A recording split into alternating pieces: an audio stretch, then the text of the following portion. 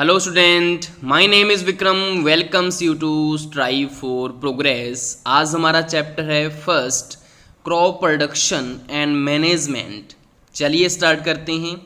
पहेली and Boojho went to their uncle's house during the summer vacation. तो यहाँ पे गर्मी की छुट्टियों में पहेली एंड बूजो कहाँ पे गए हैं? अपने अंकल के घर। Their uncle is a farmer. उनके अंकल क्या हैं? किसान हैं। One day they saw some tools like खुरपी, sickle, shovel, plough etcetera in the field. एक दिन उन्होंने क्या देखा? बहुत सारे जो टूल्स हैं, जैसे कि खुरपी है, सिक्कल क्या होता है? दरांती, जिससे घास काटते हैं ना, या ज्वार को काटा जाता है। शावल फावड़ा होता है जो, प्लाव हल होता है जो। इन सभी को उन्होंने खेत में देखा। उसके बाद बूजो क्या बोल रहा है? I want to know where and how we use these tools. बूजो बोल रहा है कि मैं जानना चाहता हूँ कि इनको कहाँ पे और कैसे यूज़ किया जाता है। You have learn that all living organism require food. आप सभी ने पढ़ा हुआ है कि जो भी लिविंग ऑर्गेनिज्म हैं, जो भी यहाँ पे सजीव प्राणी हैं, उन सभी को क्या चाहिए होता है? फूड चाहिए होता है खाने के लिए। Plants can make their food themselves. अब ये भी पढ़ा होगा आपने लोअर क्लासेस में कि जो प्लांट्स हैं वो अपना खाना खुद बना सकते हैं। किस प्रोसेस से बनाते हैं? फोटोसिंथेसिस प्रोसेस होती है, जिसमें जो प्लांट्स हैं sunlight plus carbon dioxide plus water से रिएक्शन होती है उनके अंदर, और उनका फूड बनता है, प्लस वो ऑक्सीजन को निकालते हैं। ऑक्सीजन को हम ले लेते हैं और कार्बन डाइऑक्साइड जो हम छोड़ते हैं वो प्लांट्स ले लेते हैं। Clear? Can you recall how green plants synthesise their own food? तो हमने ये बता दिया। Animals including humans can not make their own food. अब एनिमल्स की बात करें जिसमें ह्यूमंस भी आ जाते हैं, वो अपना खाना खुद नहीं बना सकते। So where do animals get their food from? तो एनिमल्स अपना खाना कहाँ से प्राप्त करते हैं? But first of all why do we have to eat food? लेकिन सबसे पहले हमें ये पता होना चाहिए कि हमें खाना खाने की ज़रूरत क्यों है। You already know that the energy from food is utilise by organisms for carrying out their various body functions such as digestion, respiration and excretion. तो आपको पता होगा कि हमें फूड से क्या मिलती है? एनर्जी मिलती है। उस एनर्जी का हम यूज़ किस में करते हैं? हमारे जो हमारी जो यहाँ पे फंक्शन होते हैं बॉडी के, जैसे कि डाइजेशन है, खाना खाते हैं तो उसका जो पाचन है वो हमारा अंदर चलता है, उसके लिए एनर्जी चाहिए। रेस्पिरेशन, सांस अंदर आता है बाहर आता है, उसके लिए एनर्जी चाहिए। लंग्स में वहाँ पे क्या होता है? फोर्स लगता है। उसके बाद एक्सक्रीशन, जो भी खाया हुआ है, जो अनडाइजेस्टेड फूड है, उसको बाहर निकालना है तो उसके लिए भी आपको पता है जोर लगाना पड़ता है, तो एनर्जी चाहिए ना उसके लिए भी। We get our food from plants और एनिमल्स और बोथ। हमें जो फूड है वो कहाँ से मिलता है? हम प्राप्त करते हैं इसको या तो प्लांट से या एनिमल से या दोनों से। जैसे कि आपने देखा होगा, अब आप रोटियां खाती हो या सब्जी खाती हो, तो रोटी जो है किसकी बनी होती है? वीट की बनी होती है, गेहूं की बनी होती है। वो कहाँ पे उगता है? खेतों में। वो प्लांट है ना एक, तो प्लांट हो गया। अगर हम एनिमल की बात करें तो जैसे दूध है, दूध हमें कहाँ से मिलता है? गाय, भैंस, बकरी है, भेड़ है, इनसे दूध मिलता है हमें। दूध से हम क्या बनाते हैं? दही बनाते हैं, लस्सी बनाते हैं, यहाँ पे छाछ जिसको बोलते हैं, या पनीर बनता है। तो दूध की जो भी चीज़ है सारी कहाँ से मिलती है? हमें एनिमल से मिलती है। और कुछ क्या करते हैं? उनका मांस भी खाते हैं। तो हम दोनों के ऊपर डिपेंड हैं। उसके बाद बूजो क्या बोल रहा है? Since we all need food how can we provide food to a large number of people in our country? बूजो बोल रहा है कि अगर हमें सभी को खाने की ज़रूरत है तो हम सभी को कैसे प्रोवाइड करते हैं? इतना बड़ा हमारा कंट्री है, सभी लोगों को जो फूड है वो कैसे पहुंचता है? तो ये बूजो ने बोला है। तो पहली क्या बोल रही है? Food has to be produce on a large scale. Food को हमें लार्ज स्केल पे क्या करना होता है? प्रोड्यूस करना होता है, प्रोड्यूस करने की ज़रूरत है। In order to provide food for a large population. अब लार्ज पॉपुलेशन को अगर हमने फूड पहुंचाना है तो उसके लिए क्या क्या चाहिए? Regular production. रेगुलर उसमें क्या होना चाहिए? उसको उगाना चाहिए। किसको? प्लांट्स को, हमारी जो सब्जियां उनको रेगुलर वहाँ पे प्रोडक्शन होना चाहिए खेतों में। अगर प्लांट्स होंगे तो वहाँ पे क्या बनेगा, आटा बनेगा, सब्जियां बनेगी, वो कहाँ पे जाएंगी, मार्केट में आएंगी। मार्केट में जाने के बाद इनको क्या करेंगे, वो डिस्ट्रीब्यूट करेंगे लोगों तक, तब जाके लोगों के पास क्या पहुँचता है, खाना पहुँचता है। तो रेगुलर प्रोडक्शन चाहिए। दूसरा प्रॉपर मैनेजमेंट, इनको मैनेज करना भी आना चाहिए ना। ऐसे नहीं है कि हमने प्लांट्स उगा दिए, उसके बाद जब उसको निकाला, सभी की कटाई की, उनकी हमने वहाँ पे दाने निकाल लिए, उसके बाद उनको स्टोर करने के लिए अच्छा सा कुछ प्रबंधन ही नहीं है हमारे पास, उनको मैनेज करना ही नहीं आता हमें। बाहर पड़ा हुआ है सारा अनाज, उसको कीड़े लेके जा रहे हैं और उसके ऊपर कोई ना कोई बीमारी लग रही है, दीमक लग रही है उनके ऊपर, तो कुछ भी ऐसा जो हो रहा है तो उनको मैनेज भी करना आना चाहिए।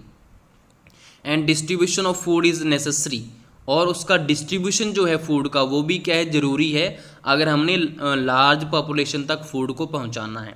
ऐसे नहीं है कि बड़े बड़े जो आपको पता है, जो यहाँ पे जैसे बड़े बड़े लोग होते हैं ना, जैसे अंबानी टाइप जो लोग हैं, वो क्या करते हैं, ऐसी जो चीज़ें किसानों से जो भी रॉ मटेरियल मिलता है उनको स्टोर कर लेते हैं, जैसे कि आजकल चल ही रहा है आपको पता है। तो वहाँ पे वो स्टोर कर लेते हैं, जिसके बाद जो फूड है वो मार्केट में नहीं आता, महंगाई हो जाती है, लोग उसको खरीद नहीं पाते, तो डिस्ट्रीब्यूशन में वो प्रॉब्लम हो रही है ना उनकी वजह से। क्लियर? तो यहाँ तक हमारा हो गया। उसके बाद हमारा first topic agriculture practices. Till 10,000 BC people were nomadic. Nomadic क्या होता है? नोमैडिक होता है घुमत्तू, ठीक है, घुमत्तू मतलब घूमने वाले। They were wandering in groups from place to place in search of food and shelter. वे क्या करते थे, अगर हम पहले के लोगों की बात करें, 10,000 BC पहले के लोग क्या करते थे, भोजन और छाया की तलाश में इधर उधर भटकते रहते थे ग्रुप्स में, सभी के सभी। दे eight raw fruits and vegetables and started hunting for animals for food। वे क्या करते थे, कच्चा जो फल होता है या सब्जियां होती हैं उनको खा लेते थे, और उसके बाद उन्होंने क्या करना स्टार्ट कर दिया, एनिमल्स का शिकार करना स्टार्ट कर दिया, उनको खाने लग गए। Later they could cultivate land. उसके बाद उन्होंने लैंड को कल्टीवेट किया और प्रोड्यूस किया राइस, चावल, वीट, गेहूँ एंड अदर फूड क्रॉप्स। उसके बाद उन्होंने फसल उगाना स्टार्ट किया। दस वाज बोर्न एग्रीकल्चर। तो इस तरह से एग्रीकल्चर का क्या हुआ है, जन्म हुआ है। When plants of the same kind are grown and cultivated at one place on a large scale, it is called a crop।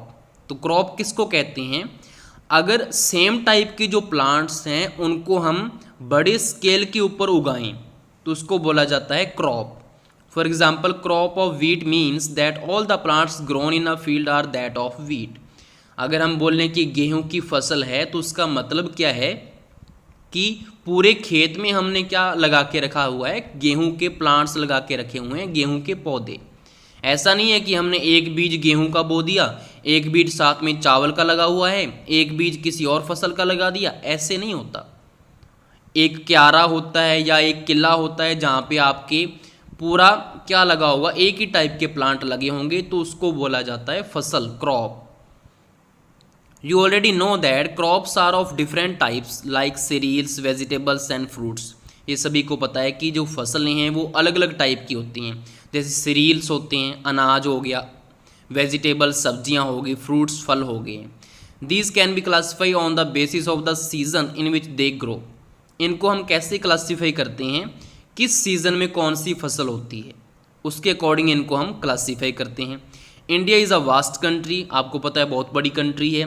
The climatic conditions like temperature, humidity and rainfall vary from one region to another. अब आपको पता है यहाँ पे बहुत regions हैं, अलग अलग रीजन है यहाँ पे। वहाँ पे जो उनका क्लाइमेटिक कंडीशन है वो भी क्या होती है, डिफरेंट डिफरेंट होती है।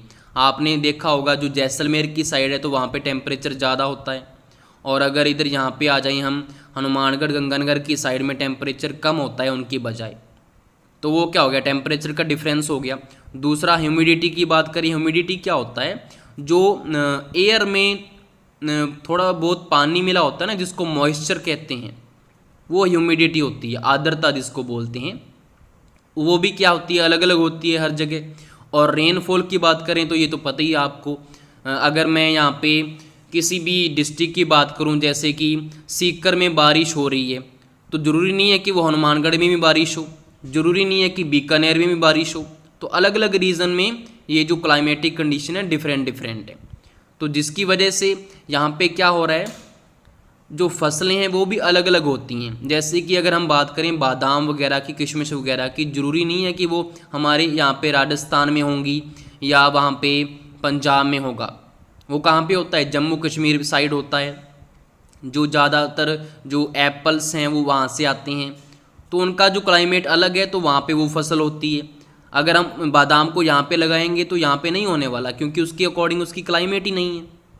ठीक है, तो अलग अलग रीजन की क्या होती है, अलग अलग फसल होती है यहाँ पे। Accordingly there is a rich variety of crops grown in different parts of the country. तो ये हमारा हो गया। Despite this diversity two broad cropping patterns can be identified. ये सारा इतनी सारी यहाँ पे वेराइटीज़ हैं, उसके अकॉर्डिंग फिर भी हमने क्या किया, एक मोटे तौर के ऊपर हमने इनको दो कैटेगरीज में बांटा है फसलों को। तो सबसे पहले हमारा है खरीफ क्रॉप और दूसरा हमारा होगा रबी क्रॉप्स। इनको आपको अच्छे से याद करना है कौन कौन से इसके एग्जाम्पल्स हैं। खरीफ क्रॉप क्या है, the crop which are sown in the rainy season are called kharif crop. Kharif crop क्या होती है, जो रेनी सीजन, जो वर्षा वाला जो सीजन होता है ना, जहाँ पे बारिश होती है, उस सीजन में जिसको उगाया जाता है वो खरीफ क्रॉप होती है। The rainy season in India is generally from June to September. अगर हम इंडिया की बात करें तो रेनी सीजन जो है अभी जो चल रहा है, आपको पता है जून मंथ चल रहा है, तो अभी जो है आपको पता है कल परसों हमारे यहाँ पे बारिश होके हटी है, तो जून में वो स्टार्ट हो जाता है। और जो अब सीज़न चल रहे हैं ना जून में, वो क्या है, वो खरीफ का सीज़न ही है। आपने देखा होगा यहाँ पे कॉटन जो है, नरमा जो है, कपास, ये सब उगाए जा रहे हैं। ठीक है, तो वो क्या है, वो खरीफ सीज़न ही तो है अब जो चल रहा है। तो जून टू सितंबर में क्या होता है, ये सीज़न चलता है, जिसमें पैडी है, धान है, चावल, मेज़, मक्का, सोयाबीन, ग्राउंडनट, मूंगफली, कॉटन, कपास एट्सेट्रा आर खरीफ क्रॉप्स। ये सारे के सारे इसमें उगाए जाते हैं इस सीज़न में। ये इसके एग्जाम्पल्स हैं, अच्छे से याद करना आप। नेक्स्ट है rabi crops. The crops grown in the winter season are called rabi crops. अब रबी क्रॉप क्या होती है, जो कि विंटर सीजन में जो फसलें उगाई जाती हैं। विंटर सीजन पता है सर्दी का जो मौसम है, अब उसमें क्या होता है, their time period is generally from October to March. उनका टाइम पीरियड चलता है अक्टूबर से लेकर मार्च तक। आपको पता है अक्टूबर, नवंबर, दिसंबर, जनवरी, फरवरी क्या पड़ती है, सर्दी पड़ती है ना, तो वो वाला सीजन है। Examples of rabi crops are wheat, गेहूँ, ग्राम, चना, पी, मटर, मस्टर्ड, सरसों एंड लिनसीड, अलसी। तो ये सारी की सारी जो फसलें हैं इस सीज़न में होती हैं। आपने देखा होगा ज़्यादातर हमारे यहाँ पे गेहूं और सरसों को उगाया जाता है। क्लियर। नेक्स्ट है besides these pulses and vegetables are grown during summer at many places. और इनके अलावा कुछ प्लेसेस ऐसे भी हैं जहाँ पे गर्मी के सीज़न में दालें और वेजिटेबल्स को उगाया जाता है। नेक्स्ट हमारा टॉपिक है basic practices of crop production. Why can paddy not be grown in the winter season. अब बूजो ने क्वेश्चन पूछा है कि जो पैडी है, जो चावल है, राइस जो है, उनको सर्दी के मौसम में क्यों नहीं उगाया जाता। तो जो पहेली है वो उसका आंसर दे रही है कि paddy require a lot of water. जो चावल है उसको बहुत पानी की आवश्यकता होती है। Therefore it is grown only in the rainy season, इसलिए इसको रेनी सीजन में उगाया जाता है। आपने देखा होगा पंजाब में ज़्यादातर यहाँ पे क्या होता है, चावल उगाया जाता है। वो कब होता है, वो रेनी सीजन में, क्योंकि चावल को ज़्यादा पानी की आवश्यकता होती है। आपने देखा होगा चावल के खेत जो हैं पानी से भरे होते हैं पूरे फुल। ठीक है, क्योंकि पंजाब में पानी ज़्यादा है तो वहाँ पर वो उगता है ज़्यादा। Cultivation of crops involve several activities undertaken by farms over a period of time. तो जो क्रॉप्स की कल्टिवेशन होती है ना, वो हर टाइम पे उनमें अलग अलग एक्टिविटीज़ हमें करनी होती हैं, जिसको हम आगे पढ़ेंगे।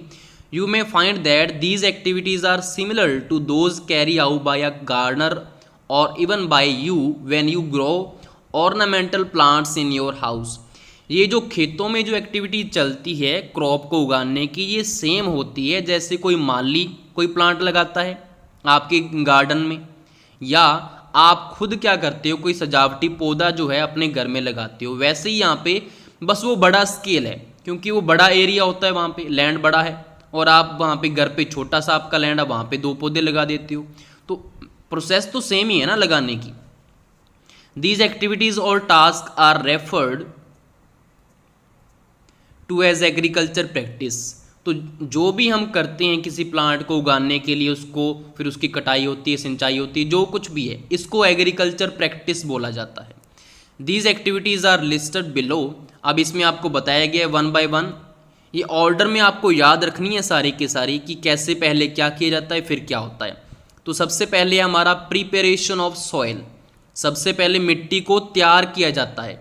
मिट्टी को तैयार कैसे करते हैं आपको पता है, मिट्टी क्या होती है, वहाँ पे कठोर होती है, हार्ड होती है, तो उसको क्या करते हैं, वो पहले जोतते हैं, ठीक है, जोता जाता है उसको, मिट्टी को पोला किया जाता है, हम बोल सकते हैं उसको पलटा जाता है, उल्टा पलटी की जाती है मिट्टी की, ताकि वो सॉफ्ट हो जाए, उसमें आसानी से हमारा प्लांट्स उग सके। दूसरा इसमें होता है सोइंग। सोइंग क्या होता है, बुआई करना, बोना, हम सीड को लगाते हैं मिट्टी में।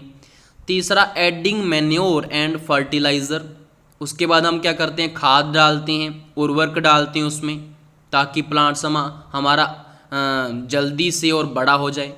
इरिगेशन, उसके बाद उसकी सिंचाई की जाती है, पानी लगाया जाता है, नहरों में पानी आता है और पानी लगाते हैं खेत में।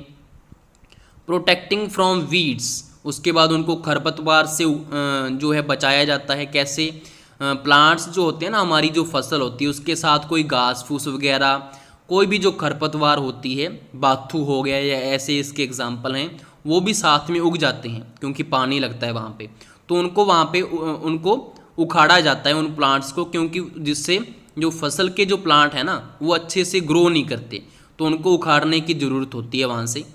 हार्वेस्टिंग कटाई करनी होती है जब फसल पक जाती है। स्टोरेज, उनको स्टोर करना होता है, ठीक है, जैसे कि गेहूं है उसको स्टोर किया जाता है अंदर, ड्रम वगैरह हम भरते हैं उसमें। तो ये इसके 7 स्टेप हैं जो आपको ऐसे ही याद करने हैं। तो फर्स्ट स्टेप है हमारा प्रिपरेशन ऑफ सॉइल, इसको हम 1 बाय 1 अच्छे से डिस्कस करेंगे। The preparation of soil is the first step before growing a crop. फसल को उगाने से पहले सबसे पहले हमने क्या करना होता है, सॉइल को प्रिपेयर करना होता है, सॉइल को तैयार करना होता है। One of the most important task in agriculture is to turn the soil and loosen it. Main important task क्या है एग्रीकल्चर का, आपको जो मिट्टी है उसको लूज करना होता है, सॉफ्ट करना होता है, उसकी उल्टा पुल्टी करनी होती है। This allow the roots to penetrate deep into the soil. इससे होता क्या है, जो भी प्लांट्स की रूट्स होती हैं वो गहरी चली जाती हैं मिट्टी में और वो अच्छे से ग्रो करता है। The loose soil allow the roots to breathe easily even when they go deep into the soil. तो हमें पता है कि जो रूट्स हैं उसकी नीचे जाएंगी मिट्टी में, अगर वहाँ पे मिट्टी हार्ड होगी तो वो अच्छे से सांस नहीं ले पाएगा प्लांट, अगर वहाँ पे सॉफ्ट होगी तो अच्छे से ले सकता है, इसलिए उसको सॉफ्ट किया जाता है। Why does the loosing of soil allow the roots to breathe easily. अब इसका क्वेश्चन है, इसका आंसर क्या है, the loosen soil help in the growth of earthworm and microbes present in the soil.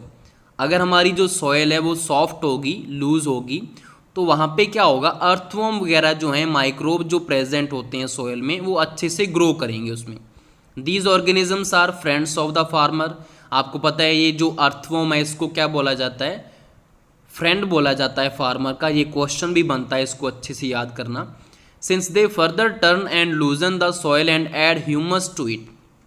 क्योंकि वो क्या करते हैं, जो मिट्टी होती है इसको सॉफ्ट करते रहते हैं, इसको खुरेदते रहते हैं, क्योंकि उसके अंदर वो चलते हैं मिट्टी में और अपने मुंह से उसको खुरोदते जाते हैं, जिसके और भी वो छोटी हो जाती है मिट्टी, सॉफ्ट हो जाती है, लूज हो जाती है, और ये ह्यूमस को भी उसमें ऐड करते हैं। But why does the soil need to be turn and लूजन।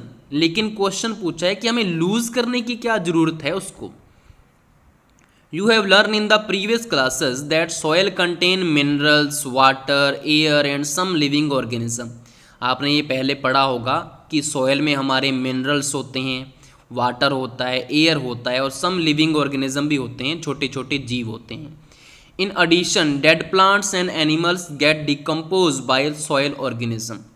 इसके अलावा यहाँ पे जो पौधे जो हैं वो मर चुके हैं। जो मर चुके का मतलब क्या है, जो कि जल चुके हैं। पहले के जो पुराने पौधे हैं ना वो मिट्टी में पड़े रहते हैं वहाँ पे, उनको और एनिमल्स जो वहाँ पे डेड हुए हैं उनको डीकम्पोज करते हैं जो मिट्टी के ऑर्गेनिज्म है, जो मिट्टी में छोटे छोटे जीव पाए जाते हैं ना, वो क्या करते हैं, जो पहले के प्लांट उसमें पड़े हुए थे उनको भी खा जाते हैं, उनको डीकम्पोज करते हैं, और जो वहाँ पे एनिमल जो मरे हुए हैं उनको भी डीकम्पोज करते हैं।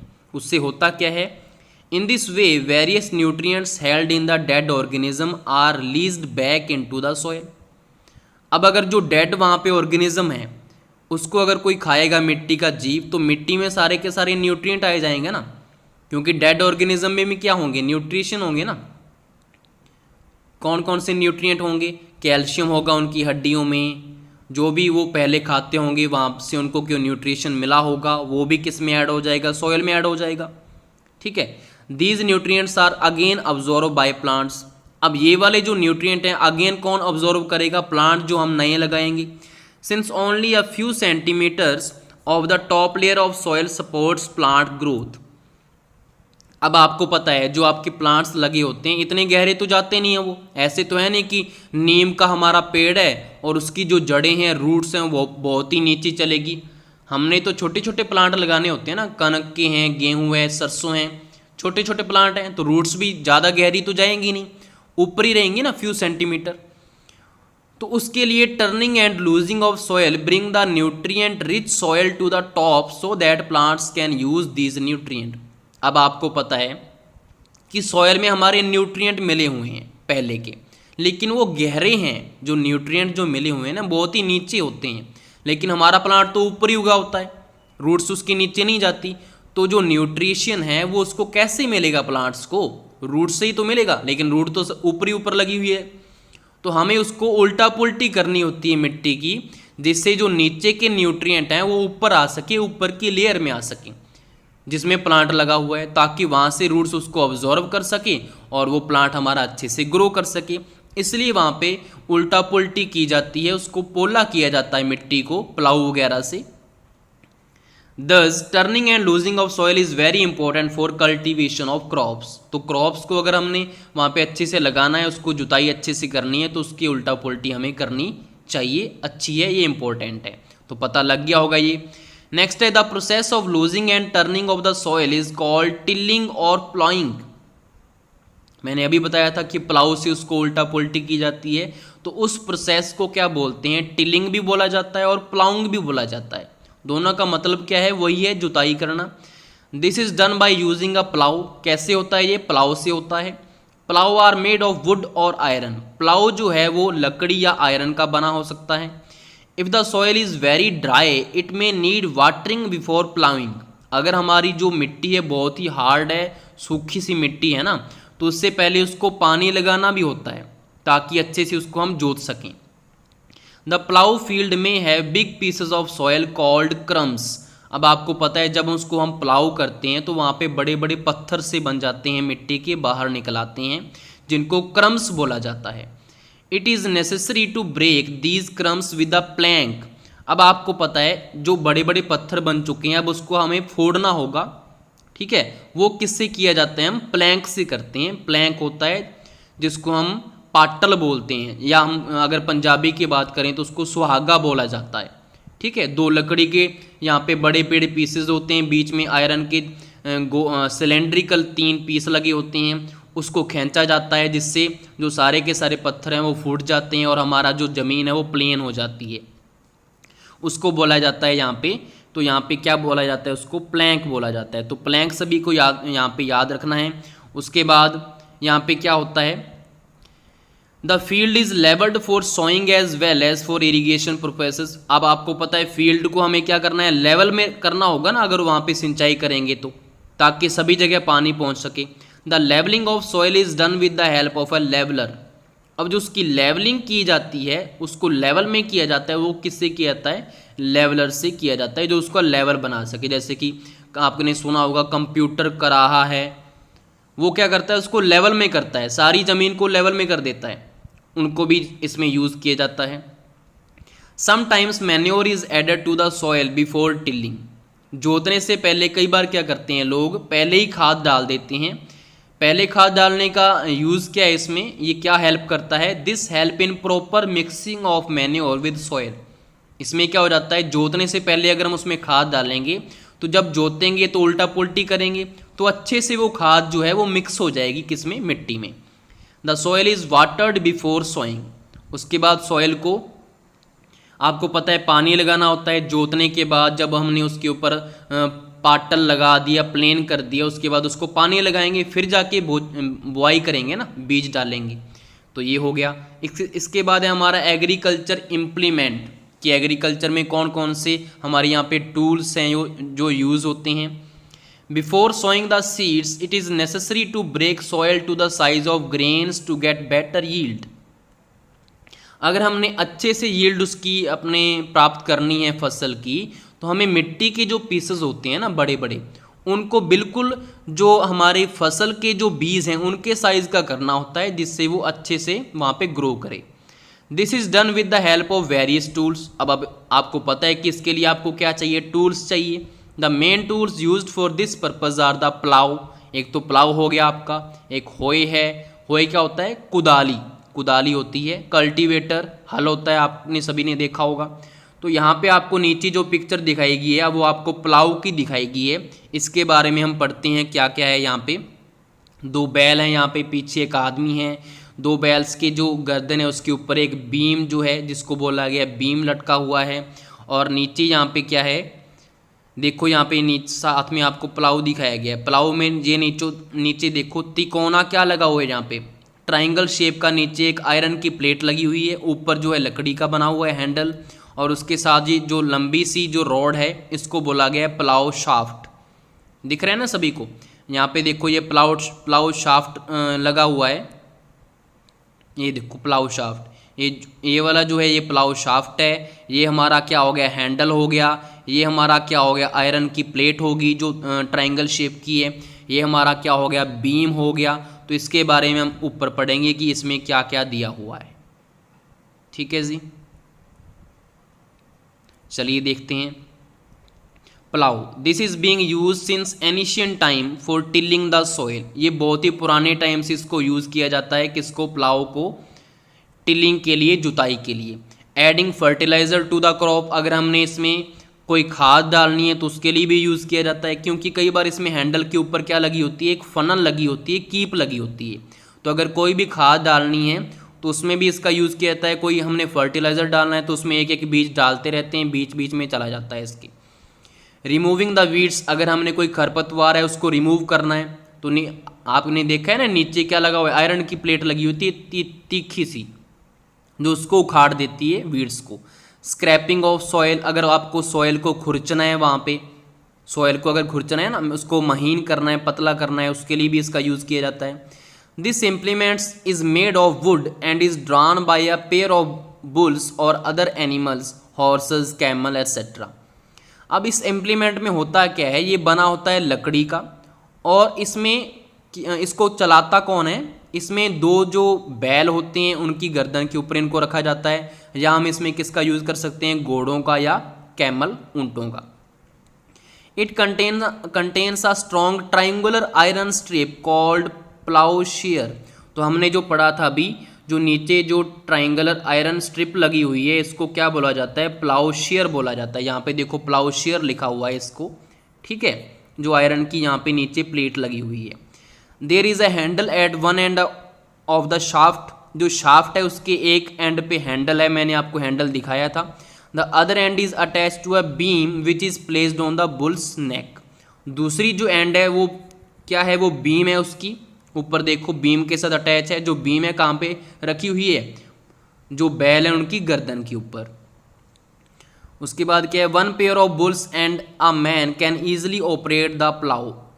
अब अगर यहाँ पे एक जोड़ा हमारे पास बैल है और एक आदमी है तो इसको ईजिली वो ऑपरेट कर सकता है। तो आपको यहाँ पे दिख रहा है हमारे पास एक पेयर बैल का है, दो बैल है ना, उसको जोड़ा बोलते हैं, और साथ में एक आदमी है। The indigenous wooden plough is increasingly being replaced by iron plough nowadays. तो इंडिजियंस का मतलब क्या है कि हमारा जो स्वदेशी जो हमारा लकड़ी का जो प्लाउ है, आने वाले जो दिन हैं, आज के जो दिन है ना, वहाँ पे उसको प्लेस कर दिया है, रिप्लेस कर दिया है, किसके साथ, आयरन प्लाउ के साथ। अब क्या करता है, लोहे के प्लाउ आते हैं यहाँ पे, आपने देखे होंगे आजकल जो यूज़ करते हैं। उसके बाद है होए कुदाली। It is a simple tool which is use for removing weeds and for loosing the soil. इसको कैसे यूज़ किया जाता है? खरपतवार को निकालने के लिए, छोटे छोटे प्लांट जो अनवांटेड प्लांट्स हैं, और सॉइल को लूज करने के लिए, सॉफ्ट करने के लिए इसका यूज़ किया जाता है। It has a long rod of wood और आयरन। इसमें क्या होता है, एक लंबी सी रोड होती है आयरन या वुड की। तो मैं आपको दिखा देता हूँ, ये हमारी क्या है, कुदाली है। ये देखो यहाँ पे क्या लगा हुआ है, ये जो लंबी सी रोड है ये किसकी होती है, आयरन या वुड की होती है। नीचे यहाँ पे क्या लगा हुआ है, एक आयरन की प्लेट लगी हुई है तीखी सी जो मुड़ी सी हुई है, और यहाँ पे एक बीम लगी हुई है। तो बीम से हम क्या करेंगे, वैसे ही यहाँ पे आदमी या इसको बैल की गर्दन के ऊपर रख के इसको चला सकते हैं। तो यहाँ पे क्या बोला गया है, it has a long rod of wood और iron, a strong broad and bent plate of iron is fix to one of its ends and work like a blade. तो यहाँ पे हमने देखा है नीचे जो प्लेट लगी हुई है, बेंट प्लेट, वो एज अ ब्लेड की तरफ वर्क करती है। It is pulled by animals. और इसको कैसे खींचा जाता है, एनिमल्स से। वही हम बैल का यूज़ कर सकते हैं। ये जो बीम दिख रही है, बीम को उनकी गर्दन के ऊपर रखेंगे। इसमें एक हैंडल है, ग्रिप है, रॉड बोला गया है इसको बीच में जो लगी हुई है, ठीक है। उसके बाद लास्ट हमारा है इसमें कल्टीवेटर। तो कल्टीवेटर तो आजकल सभी ने देखा होगा, ट्रैक्टर के पीछे जो होता है। Nowadays ploughing is done by tractor driven cultivator. तो आपको पता है ट्रैक्टर को यहाँ पे यूज़ किया जाता है, कल्टीवेटर को यूज़ किया जाता है प्लाउइंग के लिए। The use of cultivator save labour and time. अब आपको पता है ऊपर जो आपको क्या क्या चाहिए था प्लाउ के लिए, आपको 2 बैल चाहिए थे, आपको एक आदमी चाहिए था।